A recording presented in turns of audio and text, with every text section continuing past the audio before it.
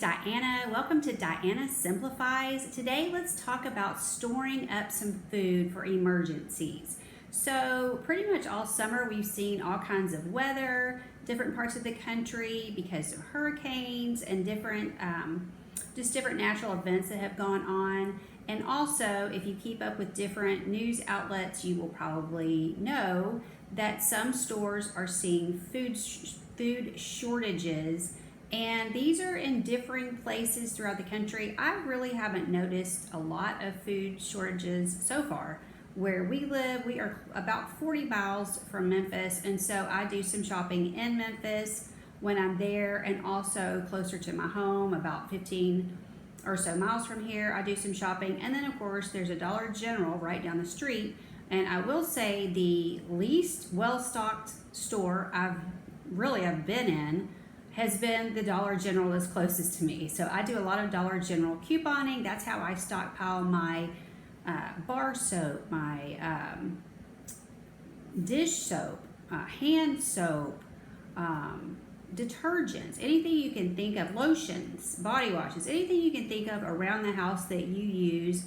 I use couponing to stock up on those items and to stockpile. So I've been stockpiling those items for probably about a year. Really, it's been a little over a year, and really I had so much I was giving away, because if I can run in and get something for 50 cents and it's something I really don't need, sometimes I'll keep it for a while and then I'll turn around and give it to someone. Or I know a lady that lives she has a business, sorry, I'm just out of it here. She has a business about 15 minutes from here, and she deals with homeless people and people who are addicts and who are having issues getting back on their feet. And so if I can just take a stockpile of stuff that I have and drop it off at her business, then she can distribute it as she sees fit, and then I don't have to worry about, is this getting to somebody that needs it, and that kind of thing. But that way it's getting used. So I do stockpile a certain amount, and like I said, then as it starts piling up, then I go ahead and give some of that away. So that's just something to think about. Dollar General is one of the easiest stores to coupon at, and if you're not close to one, there are many other stores you can coupon at. Walgreens, they have digital coupons. You can coupon at CVS. It's a great store. I got lots of free things from CVS, but it's a bit further and it's a little bit it's more time consuming to learn, and Dollar General is just faster for me, so I've gone back to Dollar General couponing. But when it comes to food and food storage and a little bit of stockpiling of food, because of some of the reports I'm seeing and empty shelves I'm seeing and some people's reporting across the country, and I'm sure there's other countries this is happening in as well. I think we're having some trucker issues here in America, and just, there's political upheaval all the time. It doesn't really matter who's in power. There's lots of political upheaval going on, so I'm not making a political statement. There was upheaval before, there's upheaval now, so it's not about politics. But the idea is, let's find a way to simplify but have a stockpile.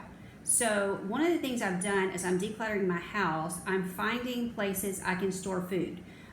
And these extra essentials I have, like I said, the hand soap, the dishwashing liquid, I actually make my own. I don't use the dishwasher pods. I have, or whatever they're called, the packs or whatever. I have my own dishwasher stuff that I make myself. That's the one thing that I do make myself, and the rest of the stuff I buy. But anyway, all those different things that I stockpile, as I'm decluttering, I'm emptying out closet space, so I have a place to store these things. So right now I need to think about, where can I store extra food? And I may have to start moving some stuff around. I may have to get rid of some of my other, my soap and that kind of stockpile, so I'll have more room for food. But I just want to show you an example of things you can pick up quickly, easily, simply. Now, for me, and you don't need to copy what I'm doing, but I mostly eat organic food. That's a choice I made about it may have been almost 3 years now. Before the pandemic ever started, in fact, I think it was probably the beginning of 2019, I started edging into non-GMO as much as possible, organic as much as possible, and also trying to reduce sugar. So I'm not on keto. I don't do keto, but incorporating keto ideas in my cooking and in the foods that I pick up, stuff like that. So what I'm going to show you is going to be organic food, so it's going to cost a little bit more, but I did catch a sale. This is going on all this week at Kroger. So if you're close to Kroger, if you like organic food, these are quick and simple things you can pick up. And I went, it started yesterday, so I went yesterday making sure it was still on the shelves because, when we have sales, sometimes things disappear. So if you get a sales ad, I would set aside time and go as soon as possible. So I got the Kroger ad came in the mail yesterday, and I looked through it immediately, and I said, okay, here's some organic stuff right here off the bat. I can see that I want these items. And last night I was already in town, and I went and picked these things up. Okay, so I'm just going to show you real quick what the deal was and why I went ahead and picked it up here instead of Aldi. Typically, I prefer to buy my food at Aldi just because it's simpler for me. So that way, everything's cheaper. Generally, I don't have to worry about sales and deal with sales ads. But because I'm wanting to stockpile, I'm going to be more picky about what I'm picking up, what I'm paying, and where I'm picking it up. Okay, so first of all, they had these. This is their organic brand over there at Kroger. And so this is 4 cans of tomatoes. And so this happens to be, these are no salt added, and you do not have to do that. I just picked them up because it was a deal where if you got 2 of these, it was $7. So you're getting 8 cans for $7. That is a good deal on organic food. That's a do not pass up deal on organic food, okay? It's not gonna be that cheap at Aldi. I don't even remember what the Aldi price is, but it's not less than $1. Okay, so this happened to be no salt added. I didn't care if it had salt, didn't have salt. I can add salt if I need it. But generally, we put this kind of stuff into soups and chilies, and that kind of stuff is already loaded with salt. When you're using that kind of food, you really don't even need to salt anything because it's already got tons of salt in it. I don't actually usually use the chili packets, but if you're buying those chili packets, they're full of salt. So you can use no salt added, no problem. Okay, but that's not a thing for me that I was trying for. That's just the way it happened. I wanted to buy 2 because it was 2 for $7, $3.50 a piece. And I'm not even sure you had to have 2. The wording in Kroger is so crazy, but I was like, I would like to have 2. So I ended up getting 2 of everything. This is pinto beans, and you can also get organic pinto beans at Aldi, but like I said, I don't remember what the price is, but it's not less than $1 a can. So I ended up getting 2 of these. So these are just organic pinto beans. 4 packs. So I got 2 of those 4 packs. And then the other one I got, they also have black beans at Kroger, but this is, what does it say? This is a tri-bean blend, and I'll read on here, a mix of dark red kidney, pinto, and black beans. So this is another thing you can simply add to your soups, your stews, your chilies, whatever it is that you're making. Fall's coming up now. I will tell you, Spencer and I are not picky about when we eat soups or stews or chili. So we'll eat chili all summer long. I've made it all summer long. He doesn't care if it's hot outside. He will still eat chili. It doesn't bother him. So I know a lot of people wait till fall, but we do soups and chilies all year long. But anyway, this is a great time to stockpile, as I said, because this stuff went on sale yesterday. So if you like Kroger, if you like organic, I actually never shop at Kroger. I specifically went there for this food. They also have a good deal right now on organic chicken if you want to fill up your freezer. My freezer is actually pretty full. And there's so many different ways you can stockpile. You need to be sure you have some meat on hand that you do not have to cook. So, for instance, tuna in water. Typically, we would not use the tuna in oil because that oil is not good for you. It's very inflammatory and different things.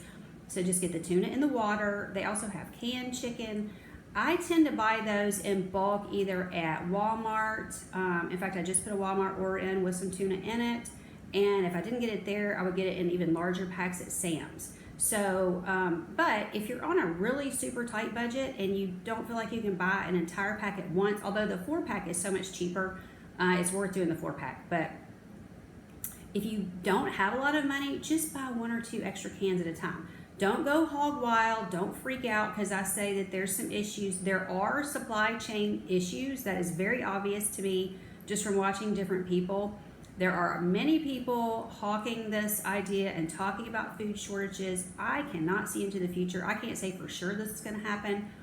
All I'm saying is let's get prepared, and it's not going to hurt you to have a few beans on hand, a few cans of tomatoes on hand, a few cans of corn. I would definitely, even if you're not in non-GMO foods, I would definitely pick up some organic corn. All corn is GMO. That's one of the main things they do GMO in this country. Soy, corn, cotton, all of those are grown in a GMO fashion. That is one thing I would really splurge on. Even if I were on an extremely tight budget, I would get the organic cans of corn, or you can get the freezer type. Everybody talks about the freezer type's actually more healthy. The only problem is if you don't have a generator, the freezer may not be helpful to you during a food shortage. If you've got a big freezer full, you need to have a generator on hand as well in case there's a power outage, because if you can't use that freezer food, it hasn't helped you to stock up hundreds of dollars worth of food, and then it goes bad. So if we have some money on hand, let's get a generator. You don't have to have a whole house. I don't have a whole house. We just have a regular, like a Home Depot or Lowe's generator. That's all we have. Just make sure you've got the gas to power it. So if you don't have the gas, it's not going to work. But if you're going to store up freezer food, you need to have a way to keep it cold in case of some sort of terrible storm. And we see people who are out of power for weeks on end after these storms. So, thankfully for us, that hasn't happened. We happen to be on the main line. But there was a really large storm that came through here years ago. It was called Hurricane Elvis, because we live close to Memphis, so everything's about Elvis here. It was like hurricane winds. We do not have hurricanes here. Obviously, we're inland. We do not have a hurricane here. But that's what it looked like. The trees were going back and forth. It was very dark outside. It was very scary. I'm sure it was just straight line winds, but it was very creepy.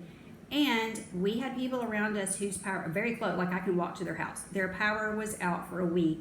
Ours was out for 2 hours. So you just never know. We happen to be on the main line, and they happen to not be on the main line. So in that case, your freezer will do you no good, because you're going to have to empty that out and take it somewhere. You don't want your freezer to just be sitting there rotting for a week. That's just not good. Okay. All right. So I hope that I've just given you, these are just a few simple ideas. There's so many other things you can stockpile. I would also suggest, if you have a certain type of toilet paper that you love, as I do, or you have a certain type, and I actually use more paper towels in this house than I use anything. I use more of that than I use toilet paper, because I clean my house and other people's houses with paper towels. So I stock up on more paper towels than anything. But I have another thing I've done while I have decluttered is I have filled all the cubby holes in this house. It's out of sight, every bit of it, but we've filled every cubby hole here with toilet paper, the brand that I love, so I don't have to go looking for it, and paper towels. So I don't have to go looking for that, because there's only really certain brands that are even worth the money. And as a couponer, I don't even coupon for toilet paper. Everybody else does. I do not. I go to Sam's. I get the brand that I want. I pay the $20 out of pocket. And that one package from Sam's will last the two of us for months, if not a year. But I have bought more than one pack. So as I said, I've got it scattered around. But that's one of the great things about decluttering. Let's get rid of the stuff that we have sitting in our house. It's been sitting there for years. We're not using it. We're not looking at it. Somebody gave it to us 30 years ago. If you're like me, if you're anything like me, we have lived in this house for over 25 years. I think we've been here 27 years. We've been married for 29 years. And we literally had stuff we have not even looked at. Or if we did look at it, we go, oh, I guess we should keep it.